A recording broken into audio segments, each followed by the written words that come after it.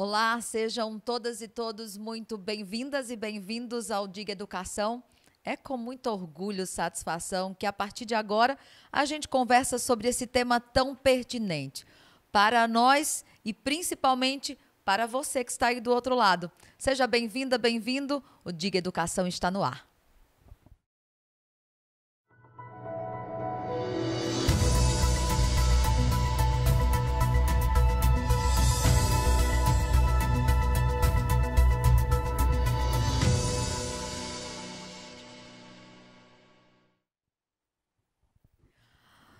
No nosso primeiro Diga Educação, nós vamos conversar sobre um tema extremamente importante, o Enem. Para tanto, eu recebo nesse primeiro bloco ela, Edilene Medeiros, representante do Fera Colégio e Curso. Seja muito bem-vinda, estou muito feliz em recebê-la. Obrigada, Dilane. Eu que me sinto honrada de estar no seu programa, uma mulher que eu aprendi a amar, respeitar. E é um presente para a nossa cidade ter você. Muito obrigada pelo convite. E para falar de Enem, então... A gente vai começar esse primeiro bloco falando sobre essa preparação, né? O Enem exige isso, essa preparação. Isso. Edilene, foi necessário uma preparação diferente porque estamos em pandemia? Com certeza. Desde quando tudo começou, que tudo foi parado, a nossa maior preocupação era exatamente com os alunos da terceira série do ensino médio e também do cursinho pré-vestibular, visto que a responsabilidade deles estava ali à porta. E era tudo ao mesmo tempo. Eles estavam concluindo a terceira série, os que já tinham concluído, era a esperança da segunda vez de fazer o Enem, valendo, e aí nós tivemos que correr para nos preparar com as tecnologias que foram fundamentais, essenciais em todo esse processo, e dessa forma capacitar toda a equipe de professores, também de colaboradores, porque não é só o professor, quem está por trás de toda uma equipe, né? Toda uma equipe que a escola não estava preparada para isso. Nós não sabíamos como era isso. Eu vendo aqui vocês no estúdio, é fio para lá, é luz para cá, e nós não tínhamos isso. Então, e hoje a escola se parece com isso, né, na verdade. Inclusive, nós não chamamos mais de sala de aula, nós chamamos de estúdio. Legal. Então, o primeiro foi o professor aprender a enfrentar olhar assim para uma câmera e conseguir falar com naturalidade para o aluno. Então, ele teve que se trabalhar. Foi muito dolorido para ele, para enfrentar tudo isso e poder passar para o aluno conhecimento, ele conseguir despertar no aluno esse interesse, que é mais fácil presencialmente. Quando o professor está do lado de cá, ele não sabe exatamente como o aluno está do lado de lá. O aluno muitas vezes não abria a câmera, não ligava, não fazia uma pergunta, e o professor ficava naquela expectativa, será que o aluno está prestando mesmo atenção? E eu costumo até dizer que foi um momento assim de um divisor de águas de verdade para a educação, né? Porque antes a gente sabe o quanto a escola incentivava essa coisa. Deixa o uso do celular, porque o celular era usado principalmente como um fator, muitas vezes, de distanciamento da escola, né? De distrair o aluno do estudo de verdade. E agora era todo mundo pedindo, liga a câmera, né? Participa da aula, né? Faz as atividades, manda foto, né? Isso. Eu lembro da professora de gramática, a Eliane, ela disse, meu Deus, quanto a gente pedia para esses alunos. Não traga logo o celular para a escola. E agora, tem que usar.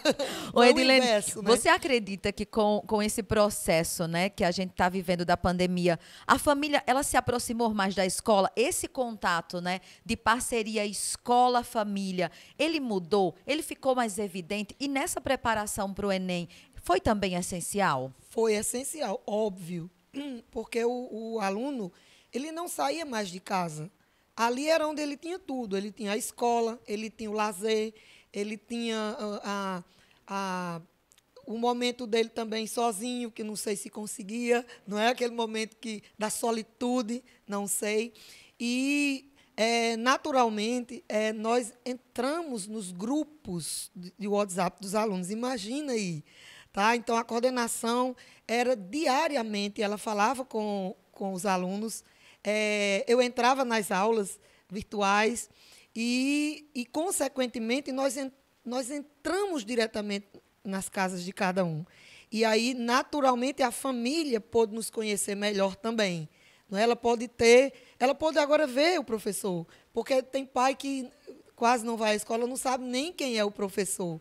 Então, houve essa aproximação, apesar da distância, mas houve. E nós sentimos que também o aluno ele teve muito apoio da família, talvez até mais do que se estivesse presencialmente. Existiu uma preocupação muito maior da família, né, dentro desse contexto, com a história de que a internet não está carregando, eu não estou conseguindo entrar nesse link, né?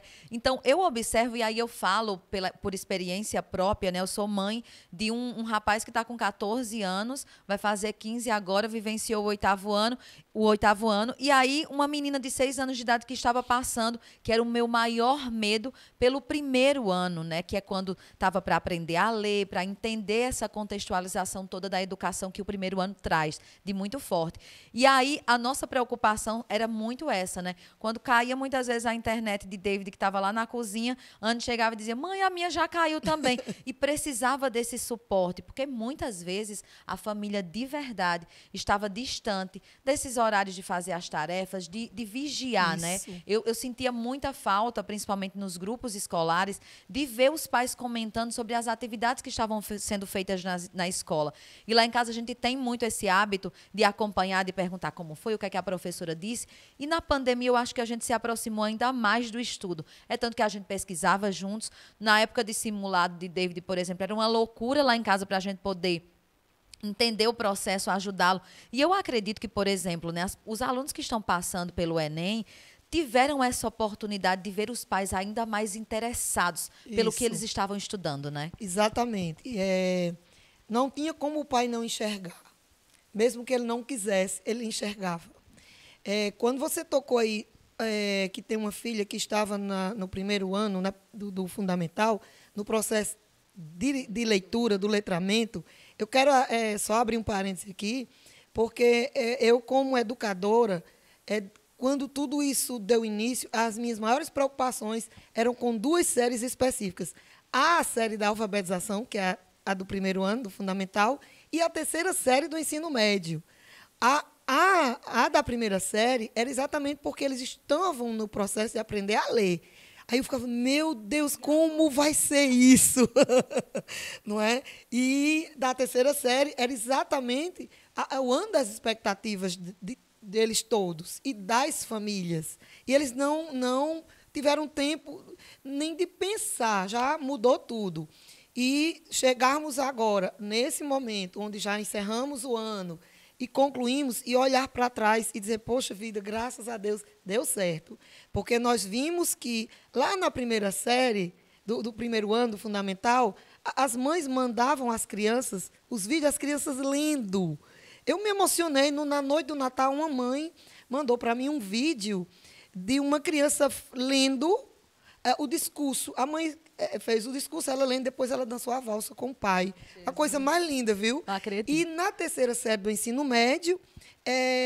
que é a expectativa da formatura, né? Infelizmente, não houve. Nós fizemos o que era possível. O que foi possível? Nós fizemos a parte da espiritualidade. Nós realizamos um culto para os evangélicos, fizemos uma missa para os católicos. E no local, deu para a gente também conversar, falar. Eu acho que outra coisa que a escola trouxe, né, que a pandemia trouxe para a escola, foi essa coisa do olho, né? A gente observou muito mais, olhou muito mais no olho das pessoas, porque a gente não podia... Muitas vezes você fala quando está de máscara, né? Eu até lembro para os nossos telespectadores, seguidores que estão aí do outro lado, que nós estamos numa distância considerável e segura, por isso estamos sem máscara, né? E o ambiente também nos proporciona isso, mas trouxe essa coisa do olhar, né? Isso. E isso para mim também foi muito importante, porque eu considero a educação assim um fator primordial para tudo que nós somos enquanto sociedade. E saber que as escolas passaram por esse período, mas eu considero que foi algo extremamente transformador. Eu acho que nós saímos, né, desse cenário de 2020, ainda estamos em pandemia ainda, claro, infelizmente, mas já estamos caminhando para um futuro, né, de liberdade, se Deus quiser. Mas eu acredito muito que veio assim, coisas extraordinárias, muito positivas. Exato. Quando a gente fala, por exemplo, do Enem, né, Você acha que ficou alguma coisa a desejar por parte do órgão organizador? O INEP, por exemplo, vivenciou o Enem como se ele fosse em pandemia, porque eu acho que faltou muita coisa essa preparação. Olha, eu posso dizer que dessa parte faltou praticamente tudo para a gente. Nada chegava. Faltou o INEP nos organizar, faltou a própria Secretaria de Educação, as secretarias de educação, de um modo geral, seja do município, seja do Estado, seja o próprio MEC, faltou. Nós não tivemos... claro que a gente entende que, no começo, era algo novo para todo mundo, mas depois não é? Para você ter uma ideia, Dilane, eu lembro que, quando foi autorizada a aula remota, no início do próprio INEP, do próprio MEC, essas aulas não iam ser consideradas aulas válidas. Não sei se você lembra, como jornalista. Lembro perfeitamente. E aí nós olhávamos assim, e nós íamos começar, como é que as aulas não vão ser válidas? Mas olha, gente, nós vamos dar os conteúdos, mesmo não valendo. Então, eram para ser aulas complementares. Aí, depois, quando viram que tinha que aceitar aquela aula como válida... E que acontecia, né? Isso. Que o ensino acontecia, que a aprendizagem acontecia, Isso. né? Eu lembro que eu liguei para os órgãos superiores, tanto da cidade, a sexta gerência, por exemplo, eu ligava para a secretaria em João Pessoa, e quando eu perguntava como vão ser essas aulas, eles diziam, não, vocês não podem dar conteúdo, não. Vamos falar de outros assuntos, de saúde, de economia, de educação, mas não chegue logo com assunto, não. Aí poxa, a gente vai ficar esse tempo todo, como é que a gente enchendo vai linguiça, encher né? linguiça? Como a gente diz. Então, eu olhei assim, eu disse, gente, eu posso até ser notificada por alguma coisa, mas nós vamos, na primeira semana do retorno, nós vamos fazer uma revisão dos 45 dias de aula que conseguimos ainda dar presencialmente e continuar. Vamos continuar, mesmo que não sejam válidas em termos de documento, mas o aluno vai estar vai receber os assuntos que ele precisa aprender, se são válidos ou não, mas ele tem que aprender. Então, quando nós olhamos por esse lado, imediatamente nós elaboramos internamente o nosso novo projeto. O novo normal, né? Não, nós elaboramos o documento. Nós preparamos um protocolo seu, né? Um documento das aulas. Um novo projeto político-pedagógico para esse momento, que toda escola tem seu projeto. Então, como era que agora eu ia transformar essas aulas e que eu tinha que justificar que essas aulas eram aulas de verdade, embora fossem remotas. E tem uma diferença também. Não é aula EAD. Existe uma confusão de aula EAD para a aula online. Tem uma diferença enorme. A aula EAD é aquela aula que o aluno nunca nem viu o professor, o aluno está lá em São Paulo, Paraná, não sei aonde, compra um curso e vai ter aula EAD.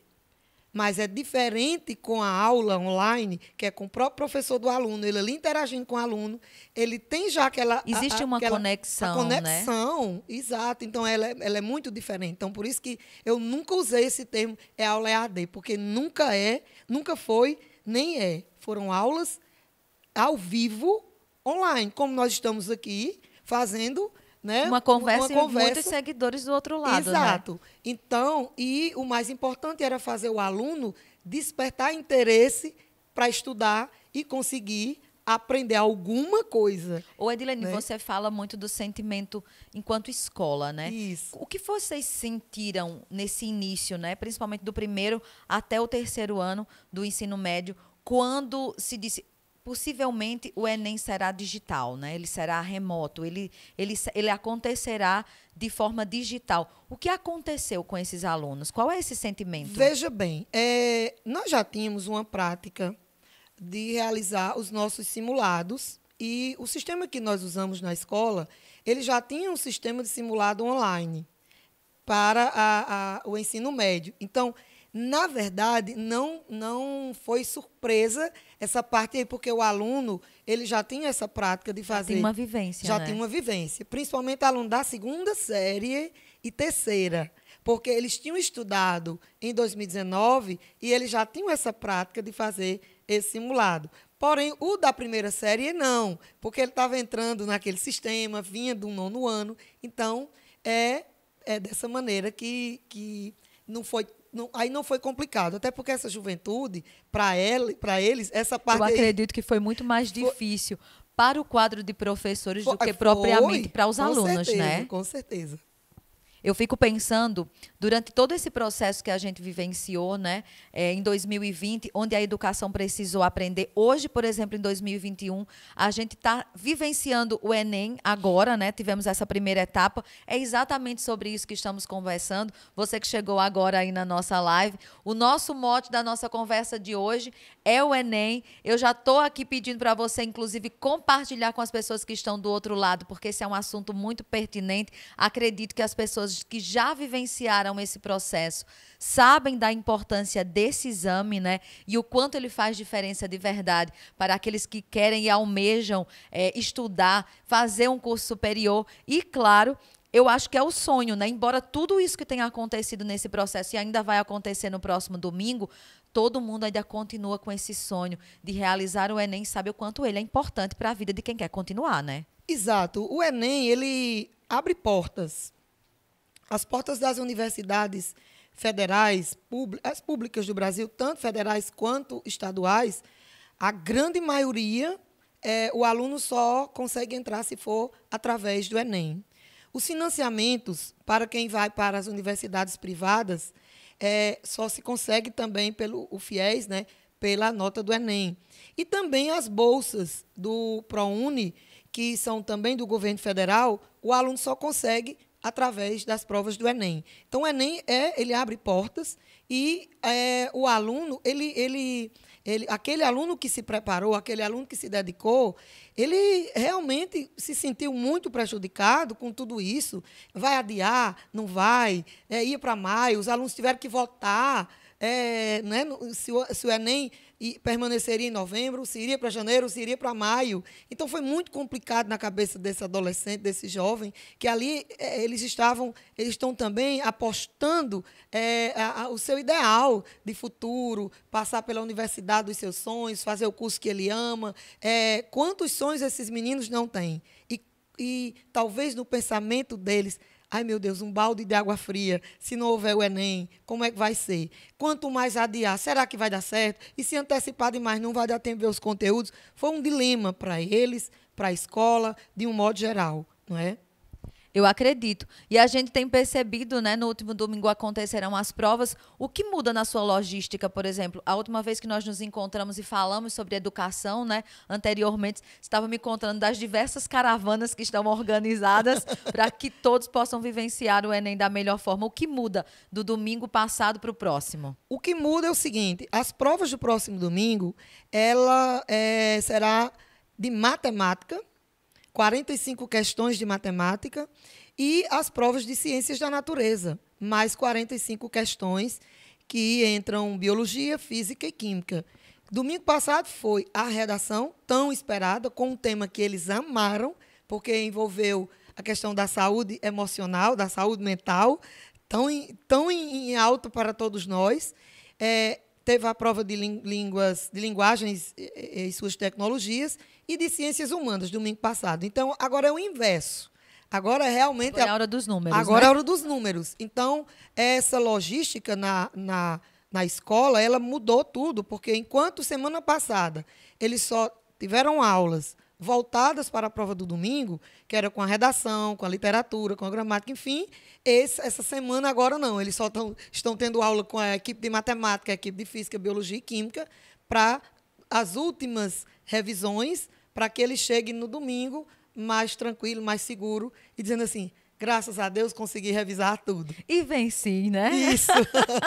Nós estamos encerrando o nosso primeiro bloco. Eu quero muito agradecer a sua vinda hoje aqui para dividir um pouco conosco, né, de como acontece essa preparação para o Enem. E eu tenho certeza que essa é a primeira de muitas vindas aqui para futuras conversas. Eu só tenho que lhe agradecer, Dilane, e desejar a você, meu querido aluno, as famílias, que se tranquilizem, que próximo domingo eles devam ir serenos, durmam bem na noite do sábado, não é? E nós estaremos lá fazendo apoio nos 11 lugares, como sempre estivemos. A minha marca, desde que eu me entendo, educadora é essa. Antes mesmo de eu ser diretora, quando eu era só professora, eu ia sozinha esperar o meu aluno. Eu não ficava bem ficar em casa. E depois que eu me tornei gestora, já há 21 anos, eu só me sinto bem se eu ver o meu aluno entrar, se eu ver o meu aluno sair. Porque é como se eu fosse mãe também, um pouquinho deles, entendeu? Então, aquela ansiedade que mamãe fica em casa, eu fico aqui. Então, nós só podemos desejar a vocês boas provas no próximo domingo. Durmam bem, durmam tranquilo. E vem a hora da espiritualidade. Coloquem Deus agora, sim, como ponto principal, porque descansando nele, a gente descansa nos melhores braços. Um grande abraço e muito obrigada. Isso mesmo, eu vou para um breve intervalo e volto trazendo o nosso segundo bloco. Não saia daí.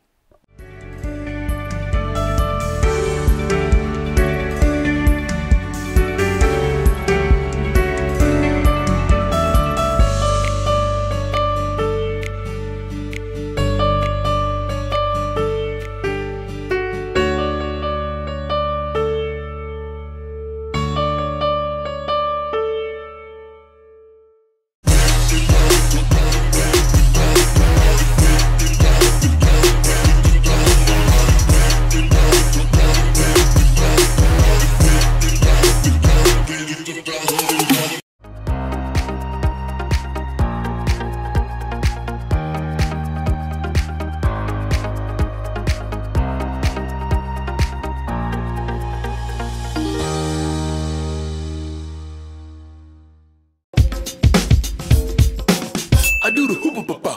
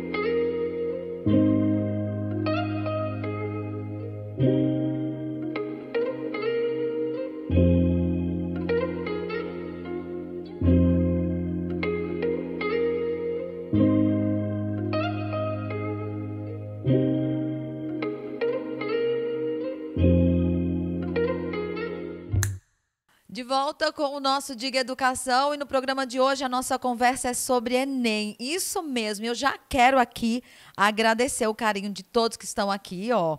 Quero muito agradecer a turma que está aqui, a Isabela, a Ayala, a Cristina, a Amanda, a Carla, o Denis, a Dani Sátiro, né, que está aqui também, a Iriana Cavalcante. Tem tanta gente aqui, a Josefa, um beijo enorme para a Ilma, para a Gera, a Vivian, toda a turma que está aqui interagindo com a gente. Quero muito agradecer. Quero dizer para você que está aí do outro lado, que também se interessa por esse tema, né? O Enem. No feed do nosso perfil do Diga TV tem banners incríveis, um conteúdo muito legal sobre, inclusive, a nota do Enem. Para você que não sabe o que é que vai fazer com ela, né? Então, aproveite para saber um pouco mais sobre o tema. E nesse segundo bloco, eu recebo a representante do Centro Educacional Ágape, a Luísa Carla, que está aqui conosco para conversar sobre esse tema tão importante, né? Além do Enem, a redação do último domingo trouxe a saúde mental como esse mote de discussão. E é tudo que a gente tem ouvido nas redes. E, claro, eu quero saber como é que essa escola, né, trabalha esse tema tão importante, voltado para a inteligência emocional dos seus alunos, já que isso acontece desde sempre, muitas vezes, acontece principalmente quando nós somos ainda criança. Seja muito bem-vinda ao Diga Educação. Estou muito feliz de receber essas mulheres com tanta representatividade. Boa noite a todos. Eu estou muito honrada, né, com esse convite, no meio dessas mulheres tão importantes da nossa sociedade, né? E eu fico muito feliz, Dilane, de estar aqui com vocês, né, no Diga TV. E eu gostaria de falar um pouco sobre esse tema, né, que foi tão falado durante essa semana. Havia uma necessidade na nossa sociedade de ser trabalhado o emocional das crianças, já era percebido, né? E o que aconteceu? Foi lançado em uma das competências da BNCC que todas as escolas, não só o Ágape, mas todas as escolas, trabalhassem a questão da competência do socioemocional. Com isso, a nossa escola já trabalha há muito tempo, mas agora adotamos junto com a Escola da Inteligência, Dr. Augusto Cury, esse trabalho bem minucioso e de extrema importância. Eu sempre, quando atendo os meus pais, Dilane, eu falo algo assim, para que a criança tenha uma inteligência emocional, ela tem que conhecer o emocional dela e o emocional daqueles que estão ao seu redor. Aí ela vai começar a ter uma compreensão dos seus sentimentos, das suas emoções. E quando eu recebo os meus pais lá no Ágape, né, eu digo assim para eles, me fala uma coisa, porque existe um tabu falar sobre as doenças mentais. E quem é educador sabe que hoje é algo que a gente necessita muito. O mundo está passando por essa pandemia e foi aí que deu essa explosão de sentimentos devido ao isolamento, às percas, tudo isso. Então, se percebeu que realmente, por mais que o cognitivo seja importante, se você não estiver bem emocionalmente, nada flui. Não é verdade, Dilane? Carla, e é tão interessante essa sua fala, porque a gente percebe que a saúde mental, de fato, ela é tida como um estigma, né? E o ambiente escolar está inserido dentro desse lugar onde não se falava antes, mas hoje se coloca de forma diferente. Aí né? É o que aconteceu. Como é uma das competências, né, da BNCC, pede que se trabalhe desde do infantil, dos 2 anos. Aí, quando eu recebo um pai, eu faço uma pergunta. Pai, você acha que seu filho deve ter medo? E eles ficam tudo assustados. Medo? Por que não? Eu não quero que meu filho tenha medo. E nos nossos livros, no nosso trabalho desenvolvido, ensinamos aos nossos filhos que é necessário que eles tenham medo. Sabia, Dilane, que é necessário que sua filha tenha medo?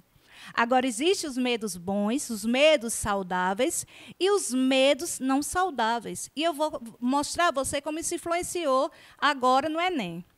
Quando os medos saudáveis são aquele medo que a criança ela evita de pular numa piscina, dela passar num sinal vermelho, certo? Então, ali ela teve medo de pegar num fio que está descascado. Então, ela evitou um acidente. Não é verdade, É um Dilane? medo saudável. É o saudável. Agora vamos para o medo que não é saudável. Quando não é trabalhado na infância, algumas habilidades emocionais, como você ter empatia, como você ter criatividade, isso vai influenciar muito na sua fase adulta. O que foi que aconteceu no Enem? Houve uma grande evasão. E eu percebi que essa evasão muito foi porque nossos jovens estavam desestimulados, não estavam preparados, estavam longe da escola. E, como Edilene falou, a escola ela é muito importante também porque ela nos motiva através dos aulão, através dos palestrantes, que muitas vezes em casa não tem esse apoio e na escola encontra um professor que diz: eu acredito em você, você é capaz. Então, muitas vezes não é trabalhado nas nossas crianças essa habilidade de falar ao vivo, de utilizar o microfone. São os medos que ele pode controlar emocionalmente. Ele dá o poder de voz. Eu posso. Então, na escola, a gente utiliza isso. Como? A criança ela tem medo de dormir só. Então, a gente vai trabalhar essa questão. Teve um caso na nossa escola, por isso que é interessante que haja essa parceria escola e família, onde a criança ela tinha pavor de chuva. E os pais passaram, que ela tinha muito medo, que não podia ver pingo de chuva. Então, a família confiou na escola e a escola foi fazendo um trabalho com essa criança, a ponto de um dia, estava iniciando, começou uns pinguinhos de chuva, e eu fui para o pátio com ela, abraçado, o coração dela chega e fazia, sabe? E eu fui mostrando a gota d'água, o pingo d'água, mas foi um trabalho que a escola, porque eu poderia, se eu não conhecesse de forma prévia, a família não passasse para a escola, deixar aquela criança em pânico, ali chorando, e eu sem saber o porquê.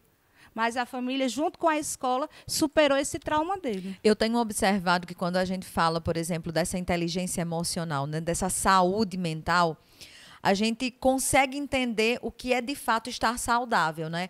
Nós estamos numa sociedade e isso é muito colocado principalmente pela própria comunicação, né? A má comunicação, a Carla estava falando desses medos saudáveis, né? E desses medos não saudáveis. E existe essa má comunicação, uma comunicação ruim. E aí a gente percebe, por exemplo, quando nós tratamos dessa comunicação, dessa saúde, né, boa, e principalmente da mental, existe um trabalho que é feito para que isso aconteça. Dentro da escola, por exemplo, quais são os ganhos que a gente pode observar nos alunos que passam por um trabalho como esse, voltado para a inteligência emocional? Um dos trabalhos muito importantes é a própria autoavaliação do aluno. Ele começa a conhecer os seus sentimentos, né? Ele começa a conhecer suas emoções. A partir do momento que ele começa a conhecer o que é frustração, o que é o não, e começa a lidar com esses conflitos, tudo flui. Uma das coisas que trabalhamos lá é a questão, no final da aula, é trabalhado a própria avaliação do aluno.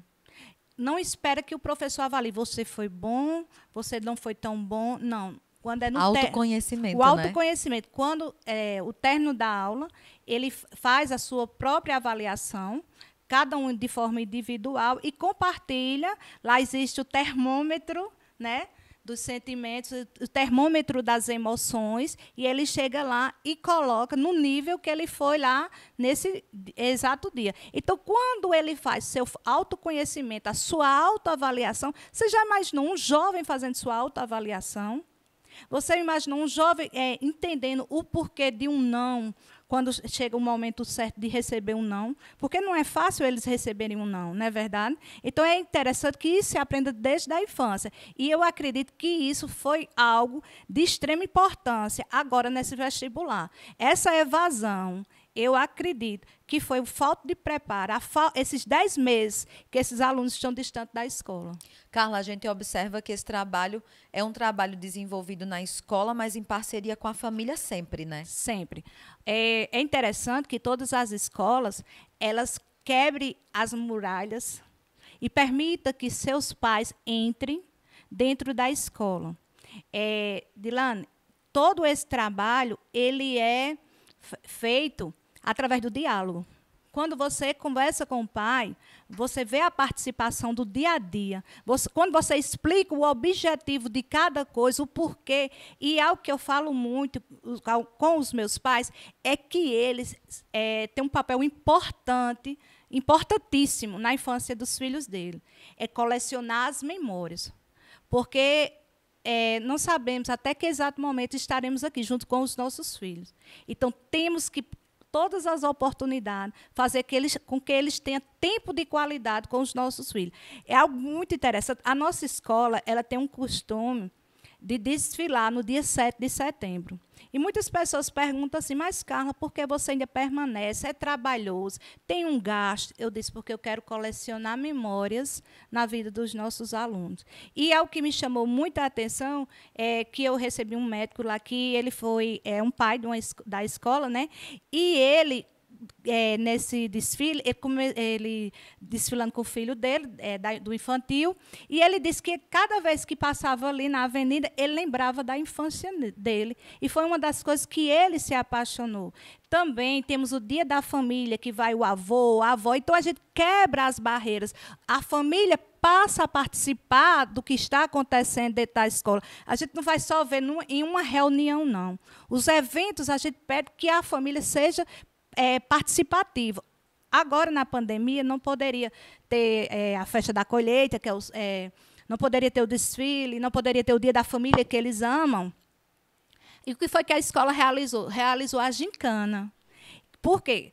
Começamos a observar que a moda era um TikTok. Então, na gincana, a norma da gincana era que tudo fosse realizado com a família. Não adiantava o aluno realizar uma tarefa sozinho. Então, o que foi que a gente percebeu? As filmagens do TikTok com o pai, com a mãe, com a avó e tudo, a família estava envolvida. E foi um sucesso. Você acredita que...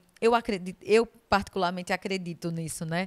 Mas quero saber da sua opinião. Que durante essa pandemia, né? Eu fiz a pergunta para a Edilene, né? Ela me falou a opinião dela. A família se aproximou mais da escola, né? Desde o infantil, a gente está falando sobre saúde mental, sobre inteligência emocional, essa participação familiar, porque na condição de mãe eu sei o quanto a minha presença, a presença do meu esposo foi exigida, né? Ainda mais próximo dos meus filhos durante as atividades, durante o processo criativo, porque foi algo assim que me chamou muita atenção, o quanto os pais precisam saber o que seus filhos estão fazendo e o quanto isso traz um respaldo ainda maior para cobrar de nós mesmos enquanto pais, para cobrar dos nossos filhos e para cobrar também da escola. Então, fica muito mais fácil esse diálogo, né, de acontecer, essa discussão de saber quando é que o professor muitas vezes exagera, quando não, quando falta, quando faz de verdade o trabalho acontecer. E aí eu trago mais uma vez essa coisa da minha filha estar no primeiro ano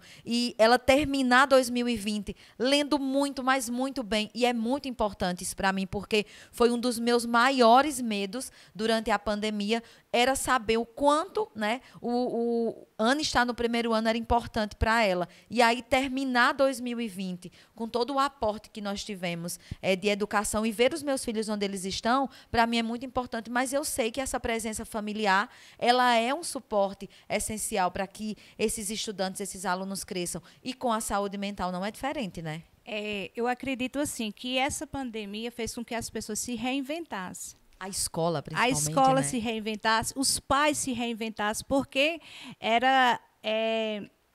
o pai conheceu mais o filho conheceu mais os pais, e a escola ela teve também um trabalho a mais, porque ela teve que entrar dentro da casa dos pais, apesar que na nossa escola a gente já tem essa grande parceria, foi fácil. Então, procuramos saber qual era a limitação de cada família, cada professor, educador, ele investigou, ela fez uma investigação. Qual era a limitação de Dilane? Qual era a dificuldade de Dilane? O que é que não poderia fazer para não fluir? Teve momentos que chegamos junto com os pais, olha, você tem que fazer assim, fazer aquilo, porque também o pai não era educador, o pai não era professor. Então, a escola, e eu acredito também que houve essa grande união, escola e família. Foi muito bom para a escola, para os educadores, porque teve algum momento, eu acredito, tiveram algum momento, que nós, educadores, acreditávamos que íamos ser substituídos por robôs. Não é verdade? Algum momento da nossa vida, mas a aula presencial, o dia a dia, o abraço, então, também, na pandemia, estávamos distantes, mas estávamos ligados através das redes sociais, através do WhatsApp. Então, estava sempre tendo esse contato com os pais.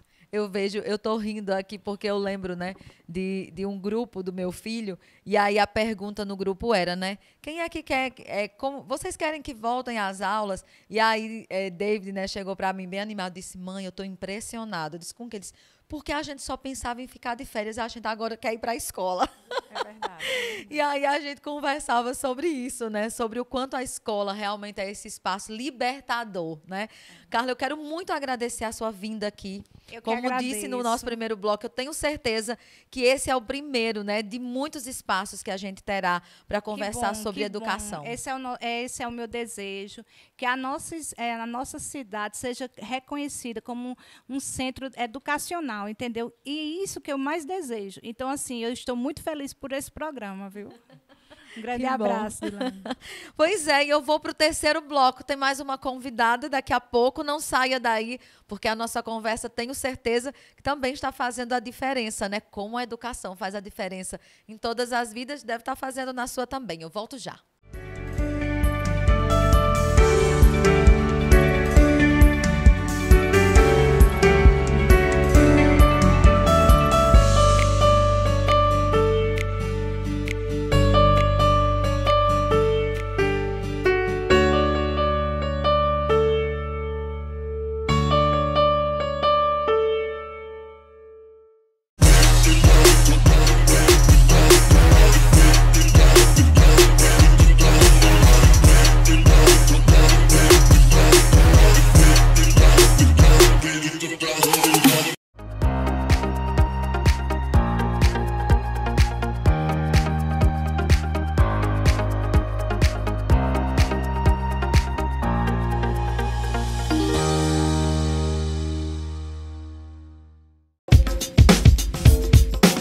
I do the hoopa papa. Woo! I do the hoopa papa. Like a who? Ha. I do the hoopa papa.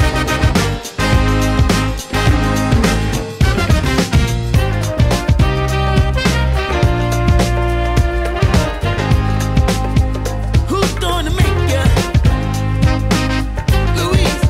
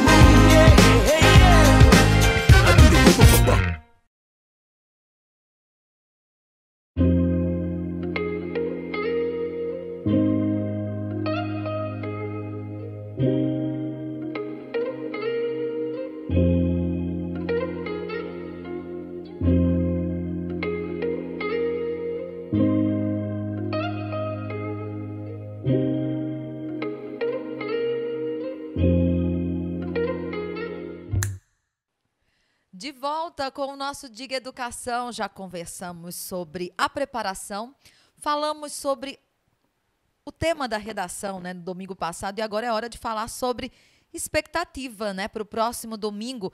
E eu recebo a irmã Aparecida, que é representante, né, está à frente do Colégio Cristo Rei em Patos. Estou muito feliz também em receber a senhora aqui. A gente está com esse primeiro programa, né, essa estreia do Diga Educação, trazendo essas representatividades maravilhosas. Eu conversava com os meus companheiros, o Glauber e o Gabriel, dizendo o quanto eu sou feliz de saber, né, o quanto a educação de Patos tem as mãos, a inteligência e a competência feminina, né? E eu fico muito feliz por isso, por entender que a educação é praticamente assim, metade do que eu sou, me trouxe até aqui, e eu sou uma defensora nata do quanto a gente tem de conhecimento e o quanto a gente pode conseguir através disso. Irmã, estou muito feliz em recebê-la aqui hoje. A satisfação e a alegria é minha, é nossa, de todos que fazem a família Cristo Rei e de todos os que acreditam na causa e no projeto da educação aqui e além fronteiras. Essa coisa da tela, a gente pode chegar em lugares jamais imaginados e que o físico talvez nos impediria. Então, a alegria é minha, é nossa. Acredito de todos que estão conectados também. Eu estava vendo aqui, né, enquanto estávamos no intervalo, que tem gente de Natal, tem gente de Mossoró, João Pessoa, tem gente lá em São Paulo, no Rio de Janeiro, Campina Grande, né, das cidades aqui circunvizinhas. Eu estava vendo gente comentando de Malta, São Mamede, Cacimba de Areia, Teixeira, Água Branca. Um beijo grande para toda a turma que está aí do outro lado. Vá aproveitando aí e nos contando o que é que você está achando do nosso Diga Educação e nos sugerindo também futuras pautas, né? Esse é só o primeiro de muitos programas que teremos aqui com personalidades. Os pais sentarão aqui, autoridades.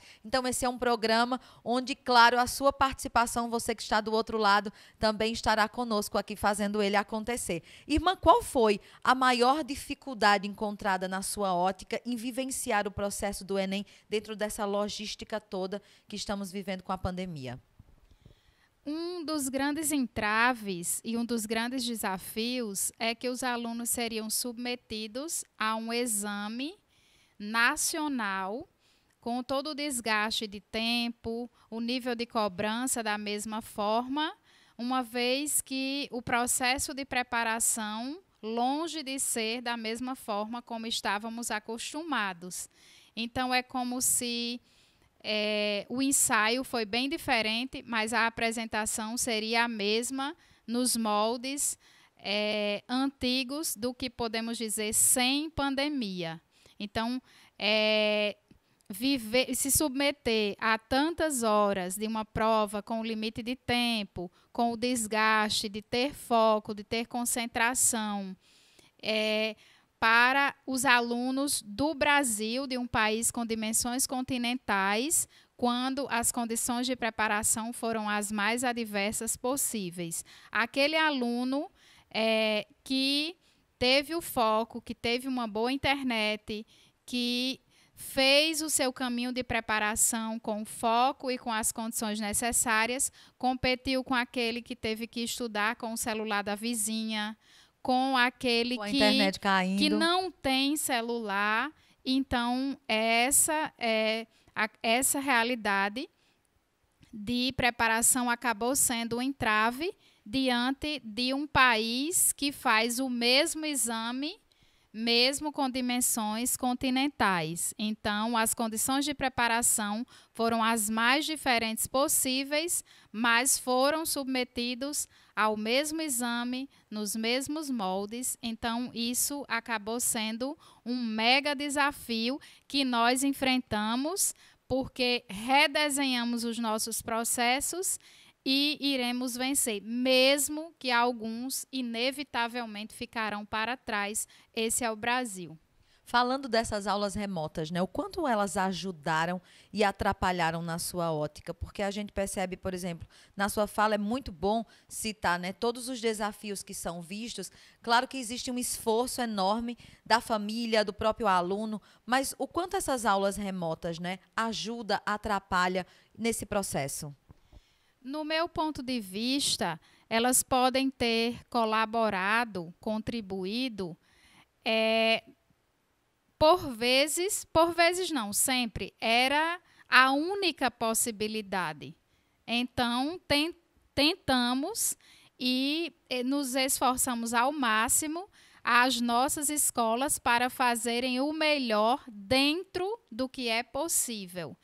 Então, não é que a aula remota foi chata, mas, de repente, sem a aula chata, não teria aula.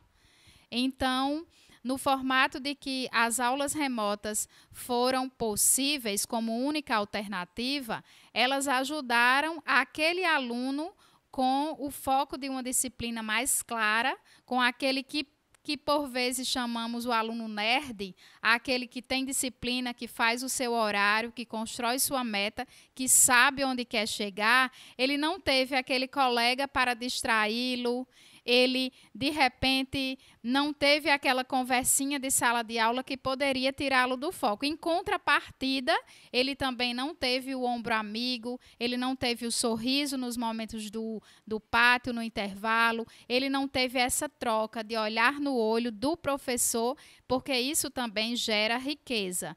Então, houve o caminho possível, a formatação do horário, mas como a escola inevitavelmente invadiu a casa dos nossos estudantes, ele teve que dividir talvez o computador com o irmãozinho menor, ou dividir com o espaço de trabalho do pai, com aquele irmão ou priminho bebê que chora, porque de repente a escola entrou. Então, de repente, a casa dos nossos estudantes virou escritório, escola. De repente, as salas de aula aconteceram o processo do ensino num jardim, num quintal, na varanda, em tantos outros ambientes de aprendizagem. Irmã, a senhora acredita que com todo esse processo vivenciado, os pais eles começaram a valorizar mais a escola, o próprio professor, tudo que é feito em prol do aluno?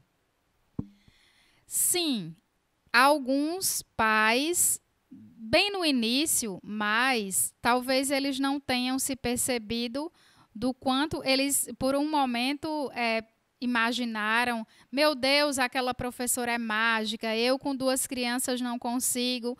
Como é que esse professor, essa professora consegue com 20, com 30 ou até mais? Em um início, em um determinado tempo, os pais perceberam, valorizaram e reconheceram o quanto é importante o cuidado, a dedicação e o compromisso de cada educador.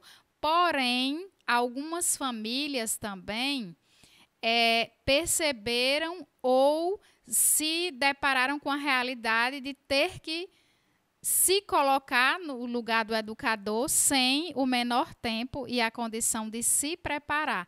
De repente, aquele pai teve que rever aulas e conteúdos que ele nem lembrava ou, de repente, que ele nunca deu. Porém, eu sou uma dessas pessoas, inclusive, inclusive. Nós nos deparamos com pai, mãe ou avó que assistiu aula junto com seu filho ou com seu neto, que prestou mais atenção ao professor, que dedicou tempo a revisitar o caminho das trilhas, e a gente ouviu muito, meu Deus, quando eu estudei era bem diferente, a realidade é bem outra. Se minha professora tivesse me explicado desse jeito, eu dizia tantas vezes isso lá em casa. E quando eu pergunto isso, né, trazendo esse foco para o Enem, a Edilene e a Carla falaram muito bem sobre essa questão da preparação, o quanto essa coisa da inteligência emocional teve um fator preponderante, né? A senhora acredita, por exemplo, em toda essa evasão que aconteceu nesse processo, né? Como esses alunos ficam a partir de agora, né? Como a escola se comporta com relação a eles? Vai existir, por exemplo, uma retomada dessa caminhada para que eles não se sintam tão prejudicados? Porque prejudicados já estão, né? Sim, haverá a retomada dos conteúdos, haverá o mapeamento da percepção para que lacunas ficaram. Inevitavelmente, algumas lacunas irão ficar, afinal, tempo de pandemia, nós sempre em encontros de escola, em vivências de diretores, o nosso compromisso é retomar aquelas lacunas, mas inevitavelmente algumas ficarão.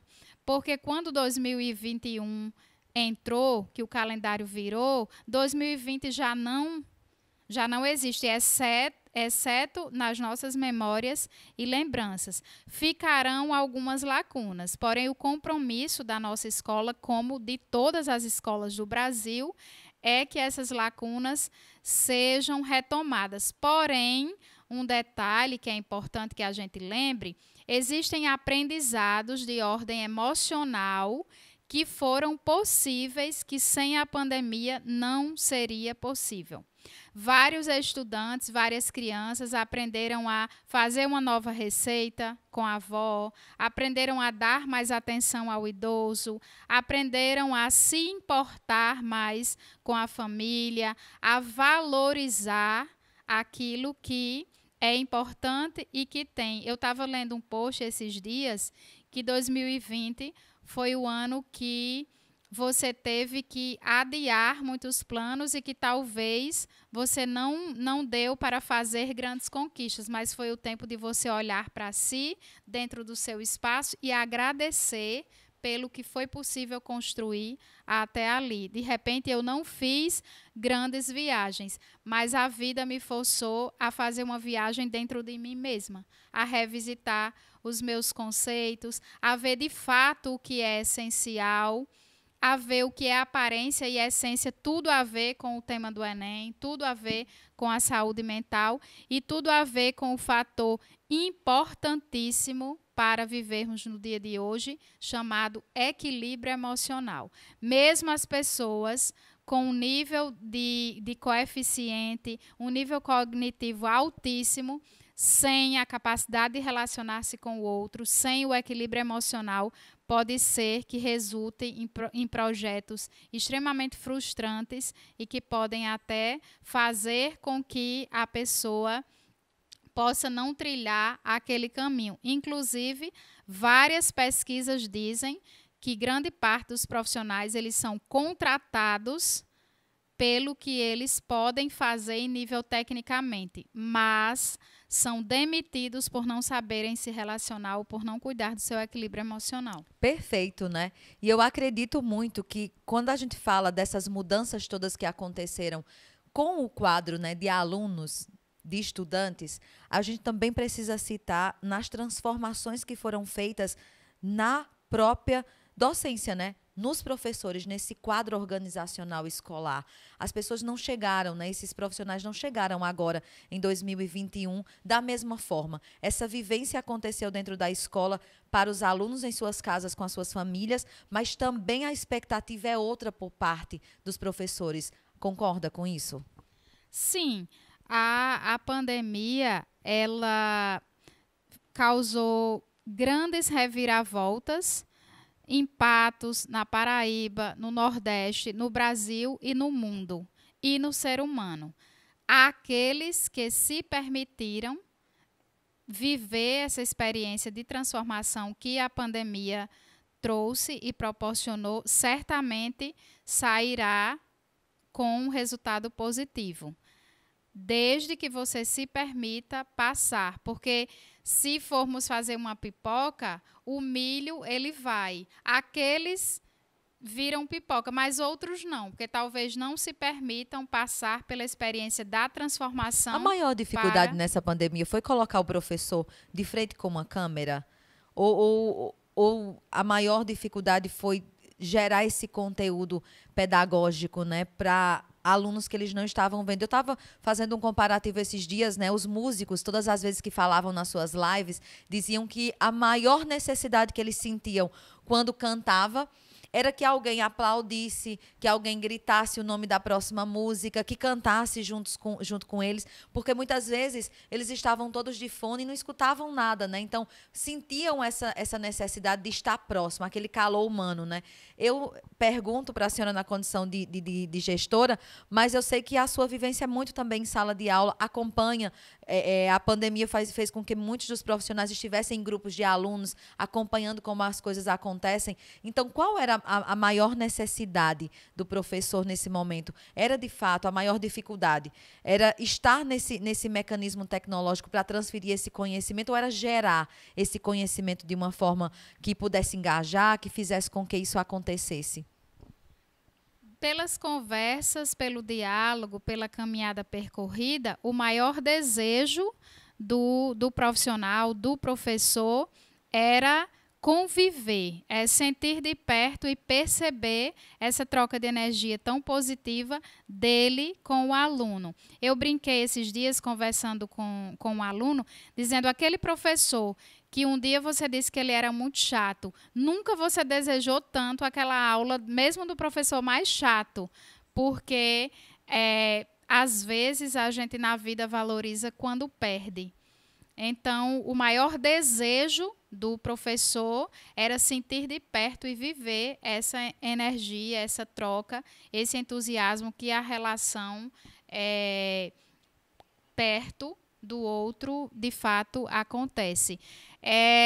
Lidar com câmeras, conectar fios e se perceber é difícil, mas não é a maior dificuldade, porque eu acredito que no coração de cada educador existe a vontade de dar o seu recado e de deixar marcas na vida do seu educando, da criança e do jovem. E utilizar-se dos meios, se é preciso, a câmera, vamos. Se é preciso mudar o ritmo, a vida, ela não perguntou, ela não pediu licença. De repente, tudo aconteceu e a gente precisou fazer diferente. Eu fico muito feliz com essa diferença, né, que foi feita. Eu tive stalkeando, vou revelar para vocês, viu, esses dias, né, o perfil no Instagram, no Facebook das escolas que a gente estaria recebendo aqui. E eu fiquei muito feliz em ver o quanto essas escolas se reinventaram nos seus modelos, né? E aí fui pesquisar em outras páginas o quanto aconteceram de eventos com as famílias, buscando os avós, buscando os tios, as memórias que eram vividas, né? Teve atividade voltada para olhar os álbuns de família passados, né? Fazer piquenique, os drive-thru, né, que aconteceram, as famílias passando na frente das escolas e pegando as suas atividades. Eu fiquei muito feliz, seminários sendo apresentados por alunos, né? Eles nas suas casas, o professor do outro lado. Então, são maneiras de educar. E eu acredito que a nossa educação, ela passou por um problema terrivelmente difícil de adaptação, mas ela conseguiu, resistiu. Eu estou muito feliz com essa conversa, quero muito agradecer a sua vinda hoje aqui. Vou repetir a minha fala do primeiro, segundo bloco, de que tenho certeza que esse é o primeiro programa, o primeiro encontro, onde diversas outras conversas e momentos nós teremos para discutir a educação. Nós agradecemos a você, Dilane, ao Diga Educação, a todos que estão conectados, a Luísa Carla, professora Edilene, e dizer que é um grande desafio, mas nós, como educadores, estamos preparados para abraçar esses desafios junto com a família, junto com você, estudante, para nos darmos as mãos, mesmo que não seja fisicamente, mas conectar as nossas energias, o nosso entusiasmo, porque acreditamos que a educação é a porta de entrada para a transformação que o mundo precisa. Eu tenho certeza disso. Quero muito agradecer à Casa, agradecer a Multividros e também a GA Estúdio, nossos patrocinadores. Dizer para você que está aí do outro lado que na próxima semana a gente volta com novos convidados e uma nova conversa. O Diga Educação termina aqui, mas a nossa conversa sobre essa pauta tão importante continua nas nossas redes sociais. Aproveite para seguir o nosso perfil aqui no Instagram, no Facebook, no YouTube, lá no Spotify e, claro, fique conectado. Diga para o mundo, nós estamos aqui. Até o próximo encontro.